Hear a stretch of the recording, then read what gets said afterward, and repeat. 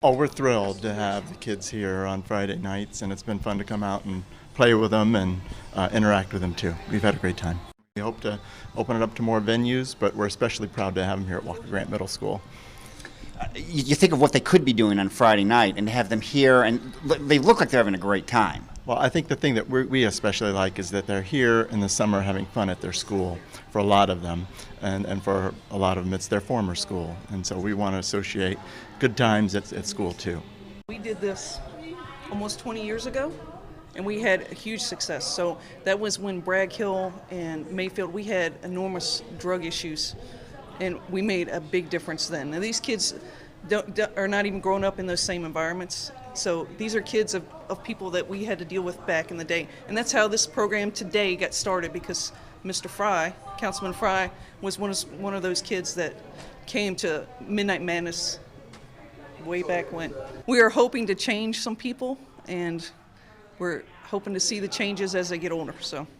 Well, and Councilman Duffy mentioned just about being at a school doing fun things. Kind of changes the mindset. Well, we're hoping that's going to happen. When we have fun with them and then they see us in other occasions where other things can happen, then they remember the good times they've had here, that we're going to build a better relationship with them, and that's what we're hoping. I've only been in the school 1 year, and I have built a rapport with a lot of the kids that they know they can come and talk to me. It's just about trust. It's just about working with the kids and gaining their trust. Gives them something to do Friday nights to stay out of trouble in a safe environment and interact with the police and other kids their age. It's really good for the kids to come out and interact with us and, like they said, see us.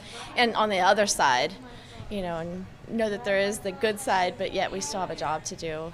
And they want to feel comfortable coming to us and talk to us. So we only had 3 kids on the bus tonight. The bus driver had her daughters, and we were at South and Airport Avenue, and I'm like, we got 7-Eleven right there. We were like 5 minutes ahead of schedule, so let's go get some Slurpees. So we stopped and got Slurpees, and we talked to a young lady that I've been dealing with through when I was a narcotics officer. She remembered me, and she had tinted windows on her car, so I couldn't see who she was. So she jumps out and comes over and hugs me and said, "How you doing, Officer Julie?" I mean, that was a great thing. That was great. That's a great illustration to show how this program, it makes you real people. Oh, well, yes, most definitely. Years ago, I'm not the same officer that I was years ago, for sure. I was more of the, crime fighter, let's get this done, wrap it up, move on. And now, I guess I'm just more personable. You have to have empathy for people and understand how they got to where they're at now. So it's just made me a better person overall. I'm very happy about the whole combination of everything falling together. I'm real happy. I'm excited. Just the fact of knowing that these kids had something to do from 8 to midnight on Friday nights, yeah, that's a big deal to me. And you see them interacting with adults, with police officers, and you think nothing but good can come out of this. That's right. It's a two-way street. With today's society, not to go too deep, with today's society, you have, it's kind of like when you're looking at the police department, just us against them, or them against us. So this way, it gives the kids the opportunity to see the police officers as people. In the same respect, it gives the police officers, the angle to see the kids as kids. So it kind of opens up a two-way street there for me. I just hope that it continues. I'm very pleased with everything, and also I hope in the future that not only the city of Fredericksburg, can do this, but I hope that other localities all over, if they're not doing things like this, can do it. And hopefully we can also set a tone of what can be done. So I'm hoping that maybe we can be a model for other localities. We have a lot of folks that came from I won't say the jurisdictions, but we have folks from all around who tried to come into this gym and join in, and it's a city. Yeah. So in short, it's a good way for the residents of Fredericksburg to see how their tax money is being spent hands-on.